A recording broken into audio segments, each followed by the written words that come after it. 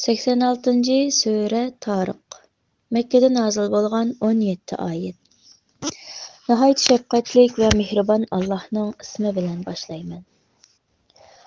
Asman bilan Tariq, yani keçide aşkar bolğıcı yulduz bilan qasam qilaman. Tariqning nimaligini bilamsan?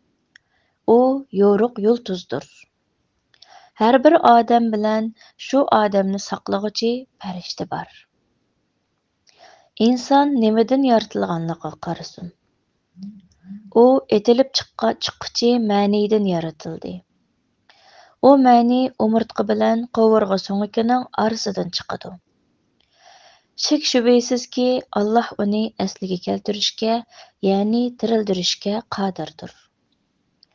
Sirlar oshkora qilinadigan kunda, ya'ni qiyomatda, uningdan, ya'ni insondan azobni dab'i qiladigan hech kuch va yordamchi yo'qdir.